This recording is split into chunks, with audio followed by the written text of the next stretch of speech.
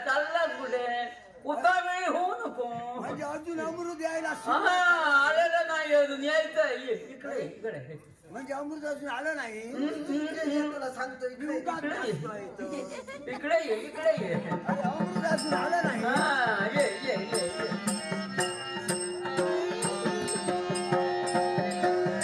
ये हे माझे अमृत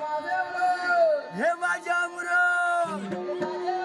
आणि ते माझ्या स्वामी